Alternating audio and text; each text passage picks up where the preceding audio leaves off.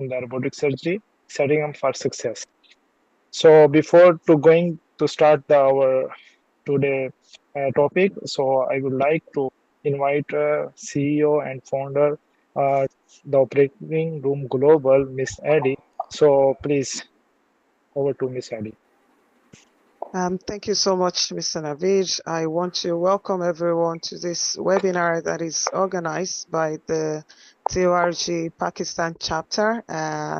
It's the topic is the role of a surgical technologist in robotic surgery, setting up for success. How to set it up. It's not just for surgical technologists alone. I believe other operating room professionals can benefit in that topic as well. Since Mr. Junaid Khan is an expert in the field and is very experienced with robotics and how to set it up, he's going to be teaching us a lot today, and we look forward to the knowledge that is going to be shared. We look forward to leveraging upon all the information that is going to be dished out and using that in our respective areas. Thank you so much to the TORG Pakistan executives for organizing the session, and thank you everyone for connecting, depending on your time zones. Thank you. Thank you so much, madam. So without our wasting time, I'm like to invite Mr. Junaid Khan today, our speaker. Please, over to you. Yeah, I'm about the role of surgical technologists in robotic surgery. So here we go. So first of all, I would like to start with the term evolution in surgery. So today's in modern world, the surgery has been divided into three types: the open surgery, the laparoscopic, and robotic surgery. All these three have some advantages and some disadvantages. For example, we could see the open surgery provide a good access, but it requires a long incision. On the contrary, laparoscopic surgery solves the problem with big incision, but its access is reduced. Robotic surgery solves the both problems of open surgery and laparoscopic surgery. It provides the access of open surgery with the with exposure that is available with the laparoscopy. So now the thing is come that what is robotic surgery? Robotic surgery is basically it's a new era in the field of MIS, in the minimal invasive surgery.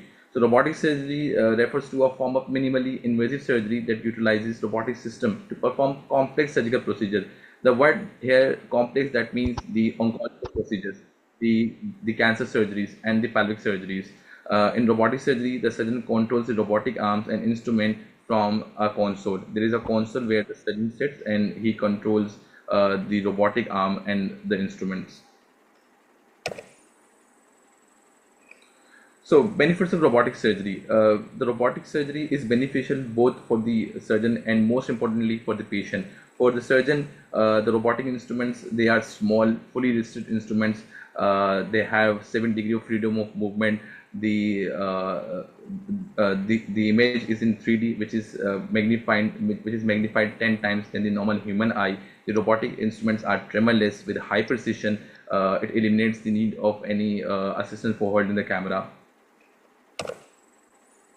And these are some advantages for the patient, that they have improved cosmetic outcomes. That means the patient doesn't require any long incision, just small cuts are required, so they have cosmetically very good outcomes and it looks better.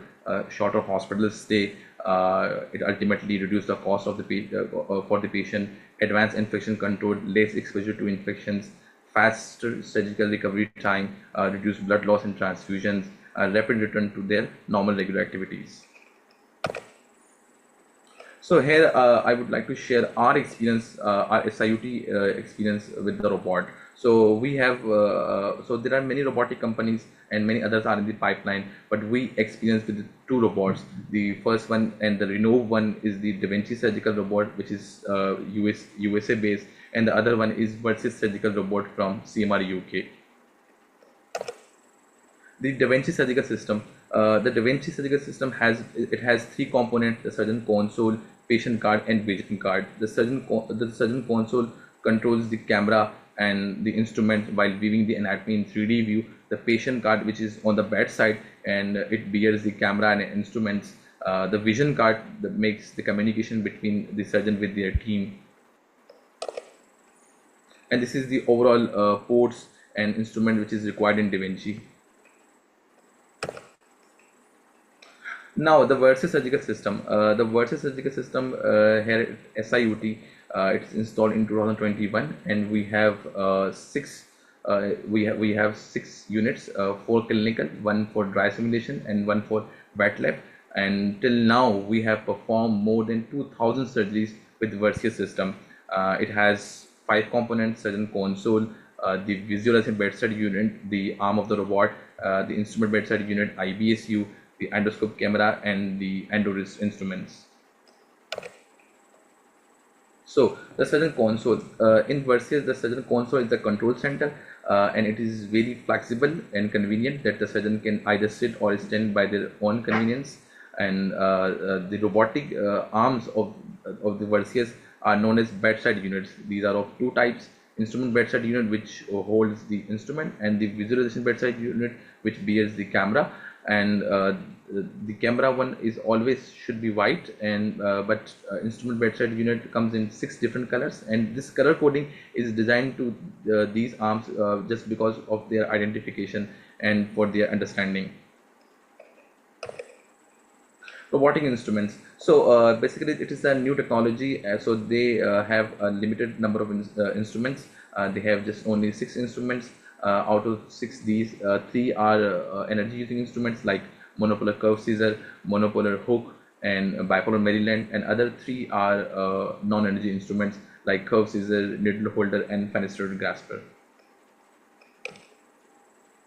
The Versus endoscopic camera, it has 3 components: the camera head, the endoscope, both 0° and 30°, and the light source. Now, as I talked that the robotic surgery is superior somehow than the normal open and traditional laparoscopy, but it also has some limitation. And here we surgical techs play a crucial role. We overcome the limitations that the surgeons are facing with the robot, and they have these sorts of limitations that they don't have no tactile sense of tissue. That means the surgeon can't have the sense of tissue, that how hard, how soft, or how hard the tissue is that. And the surgeon can't do broad sweeping motion. It means that surgeon can't do the broad motion. Robotic instruments are light in weight, so can't lift heavier tissue. So the instruments are very light, so the surgeon can't lift any organ or any tissue by himself. So he asks from his assistant or from the surgical techs to do this job for them. Unavailability of any energy device, ligature or harmonic for sealing small vessels. In oncological procedures, there are multiple vessels, so energy device must be used like ligature or harmonic, but it is lacking in this system. So we do this manually. Inability to switch instrument by their own as well as operating field. The surgeon can't switch their instruments multiple, like we have discussed the 6 types of instruments. Surgeon can't exchange their instrument by their own. So we surgical techs help them to do this thing. These are some limitations, and these are also our works that we assist the surgeon by hands-on role. So now the term.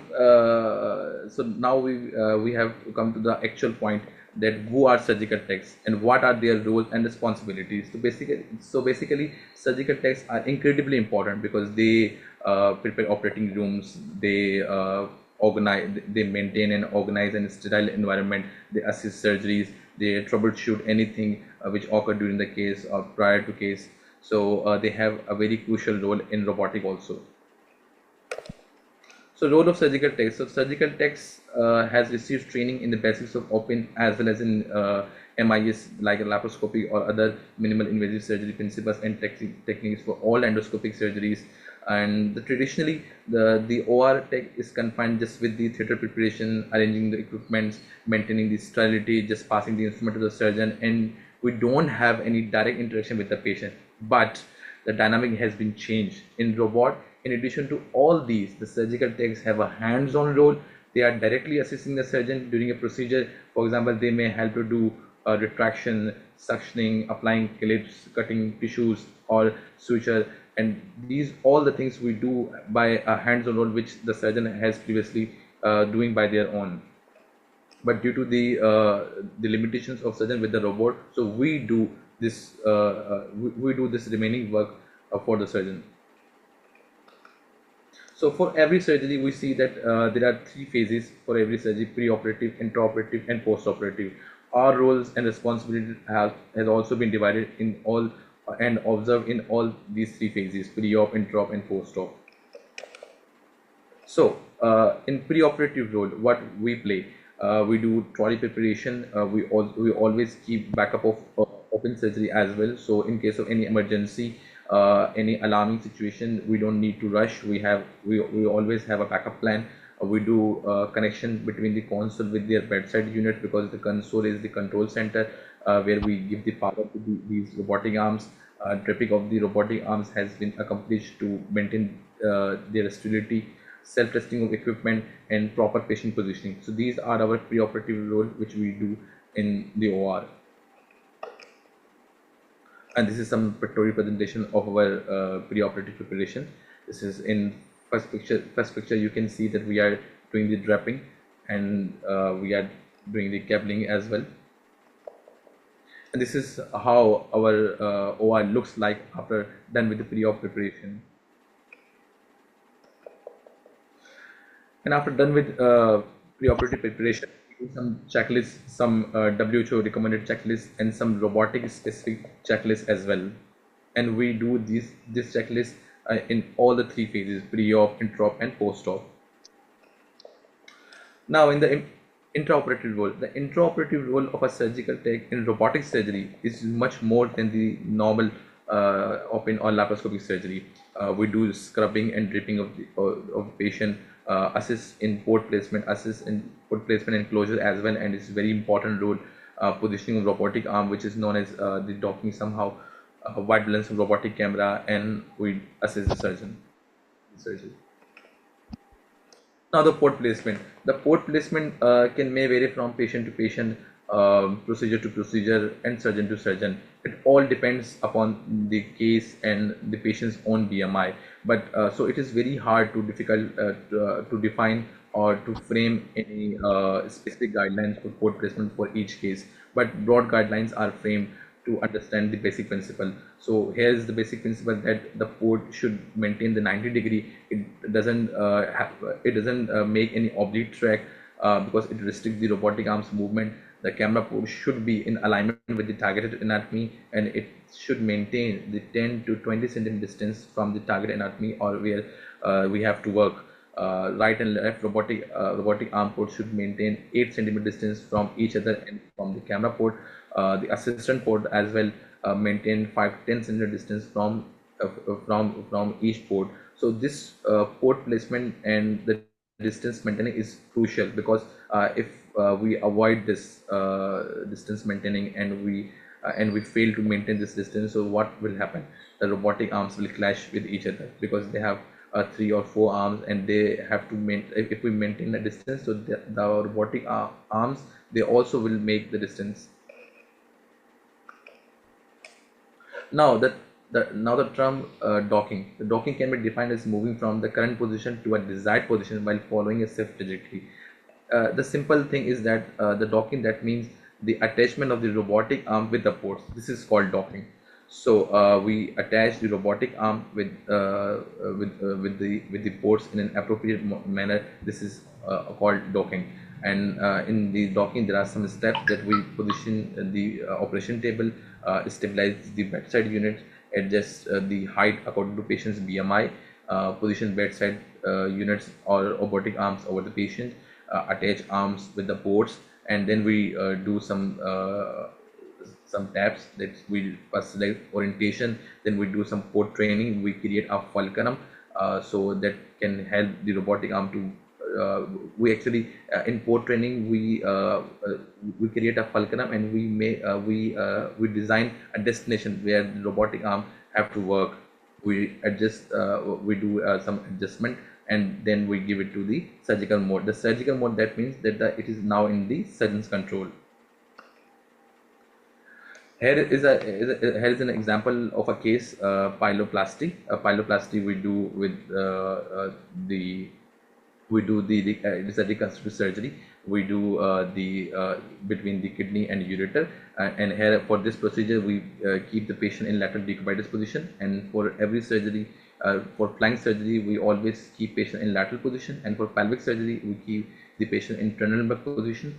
And after done with position, we place these ports. In this case, we place 5 ports. Three are out of these 5, 3 are robotic ports and 2 are assistant ports. The greenish one, the 11 is of camera one, and 6.8 are of R1 and R2 ports. These two 5 covidin ports are two assistant ports, one of 12 and other one is of 5 So these 5 ports we place in for nephrectomy, for pyeloplasty, and uh, for every kidney surgery procedures. And this is how we this is a docking, that first we position the patient, then we place the ports, and then we do docking. This is docking, that these robotic arms are attached with the ports. And this is how we do our actual work. We assist the surgeon. Here you can see that female surgeon is sitting on a console and he is operating from his joystick, and here we are sitting and we are assisting the surgeon. 2 assistants are required at a time to assist the surgeon. And these are other examples of cases we have done in our centers. LAR, APR, etc. These are our routine cases we do with the robot. So learning curve of robot. So like with every technology, there is some learning curve. You can learn by many trial and error learnings, and you can you have some time. You give some time to yourself to adopt that technology. So it is a data of our initial 50 cases on and of setup time that we have all do draping and all connections. And on the first case it took us 60 minutes for doing all the setup, but on the 50th case it just come to 10 minutes. So what does it mean? It means that we have learned over the period of time after many trial and error learnings. So like with every technology, there is some restrictions, there is some limitations, but as you grow up, as you do multiple surgeries, so your confidence will build up and you will acquire that skills. Now the post-operative role. In post-operative role, we assist the closure and dressing of the wound, undraping of robotic arms, and disposal of expired instruments. Robotic instruments have that feature that they have specific lives, either 1, 2, or 3 maximum. So we check after every surgery that either its life is remaining or not. If their life is run off, so we'll discard that, and if its life is still remaining, so we will send them for sterilization. Instrument reprocessing is done for those instruments which life is remaining, and place the bedside unit or the robotic arm in storage place. So this is how we do the undraping of the robotic arm. This is our cleaning process. This is how we do rinsing, the cleaning, and the and we do the drying of instrument with the different guns, the air gun and water gun. And now then we send it the instrument which life are remaining for sterilization. And we do 2 types of sterilizer. We have 2 types of sterilizer. Plasma sterilizer is done for those instruments which are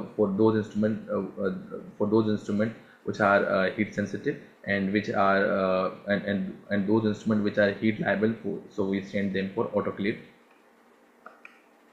So now we come to the conclusion. So the conclusion is that the robotics is the future of surgery, and with advantages that outweigh its disadvantage. That means that robotic surgery has no any disadvantage. It has multiple advantages. It has no disadvantage. The cost is the sole and only disadvantage of robot, but it doesn't have any other disadvantage. There is the potential to expand surgical treatment modalities beyond the limits of human ability. That means that we can do those procedures which are difficult to perform with a laparoscopy or open surgery, like pelvic surgery or cancer surgery. So we do these types of procedure with the robot very nicely. The surgical techs must be proficient in setting up of equipment, good hand-eye coordination, and have broad understanding of robot. The surgical tech or robotic technologists who are assisting the surgeon, they must have the knowledge of open surgery, laparoscopic surgery, and they have very good and hand-eye coordination. They have very good skills because the surgeon is relying on them, and they have and the surgeon trust on them, so they must have very be proficient. The role of surgical techs in robotic surgery improves the surgical techs' work and develop many new future opportunities for them. Uh, uh, by the time as technology is changing, so robotic surgery has also grows the worth and improves the worth of surgical techs, not just on the national level, but in the international level. There are many job opportunities for surgical techs who have the robotic surgery experience. So here I conclude my presentation with a quote of Bill Gates that we are changing the world with technology. Thank you so much. And any question, please? I would like to answer that. Thank you so much, Junaid Khan. I have a question regarding this topic. How Yes. you can make the sterility in your patient area? Can you tell me about this one? In the Yeah. procedure room, how you can So make the sterility? yeah. So for sterility, it's like for the drape the with patient we do the normal draping as we do in open surgery and laparoscopy. For robot, we have special drapings like we do for camera one, and for robotic arms we do disposable drapings, and after the case we dispose that draping. So all the things in the OR which and everything which is related with the patient is in sterile. The ports which we are using, the robotic arms which are the robotic instrument which we are using, all are sterile, and we are either they are plasma sterilized or they are steam sterilized, but they are sterilized. And robotic arms, as I told you, that we do the drippings, and this is one time used. I want to Okay, ask a and question. what? Yes, Yes, yes, ma'am, please. please.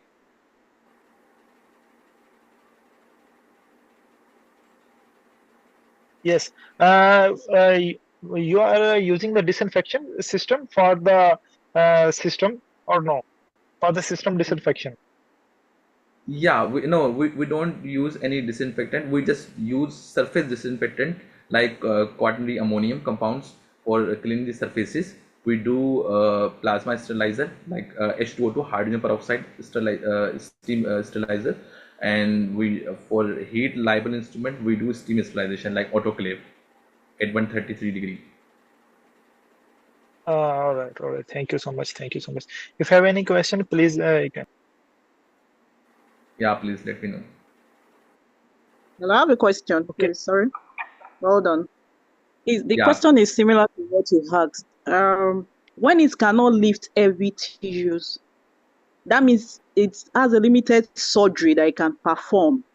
So what are the limited surgery? I know you are not the surgeon doing it, but you are just technician to arrange to do some things and know the technical know-how of how the machine works. But I want to ask, what are the limited surgical interventions that it can do? Because you said it cannot carry heavy tissues. It can't carry heavy tissues. So Yeah. what are the limited surgery? Yeah, what are the surgeries that it can perform? So, the first of all, with the robot, there is no limitation. The surgeon can do every procedure and perform every surgery. But when it comes to the when it comes to the any tissue or any organ which is heavier, so we just lift them. There is no any contraindication, or there is no any limitation with the robot, but they have the limitation with the instrument as well. They don't have any energy instruments, but in other we are using the Versus system. But in Da Vinci there is energy instruments, harmonic, ligature. They have staplers as well, they have hemolocks as well. So they have all the things. The Da Vinci one is just fully equipped, they have all the things. But in Versus, which is SEMA UK based Cambridge Medical Robot, in this system there is some limitation. They have they again, I'm telling you, there is no limitation with the robot, but there is a limitation with the instrument, that they can't hold the heavier tissue, and they don't have any energy device. So here our center, which where we perform basically urological cases and general surgery procedures. So we do all kinds of surgeries, and because our surgeons are not as trained, so we do hybrid procedures, like for example some part with the laparoscopy and some with the robot. So we do hybrid procedures. Yeah, well done, sir. I want to ask about Yes, this. please. Okay, sir. Is it possible to use the robotic surgery in neuro cases too? In neurosurgery? Yeah, a neurosurgeon, we don't have that specialty, but the neurosurgery, I don't know the actual data of that one, because we don't have that specialty. But I heard that some biopsies are taken, but thoracic surgery is performing, but neurosurgery, I don't have much information about that. Thank you, sir. You appreciate it, sir. I'm sorry. Thank you, Junaid Khan. Thank you so much. So, for the closing remarks, I would like to invite Miss Adi. Miss Adi, please. Over.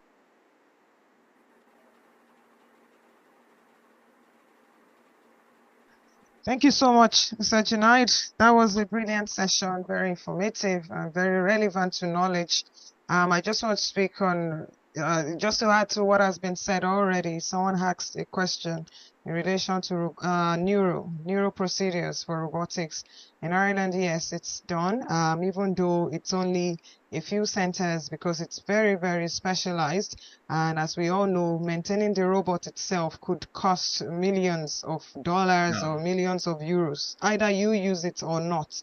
So it's a lot for every facility. So only limited procedures are utilized with that, and sometimes you have to have the patient that can afford that as well.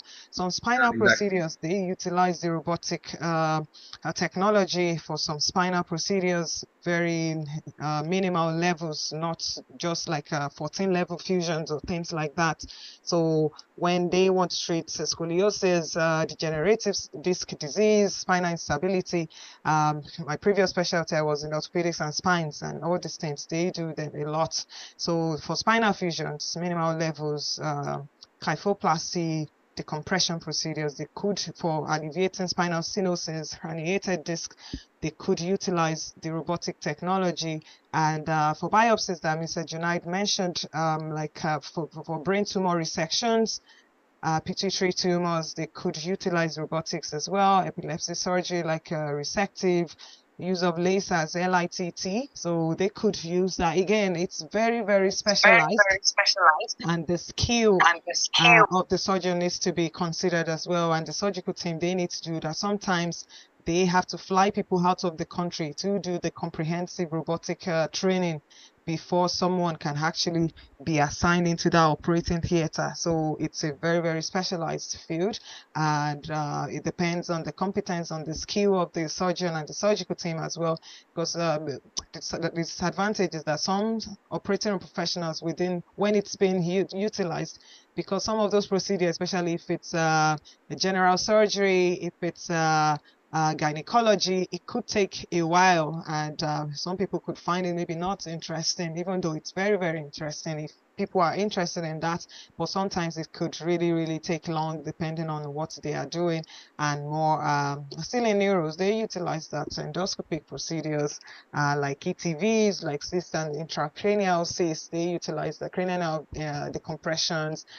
They use that to clip aneurysms and more. So it's something that we could also look into.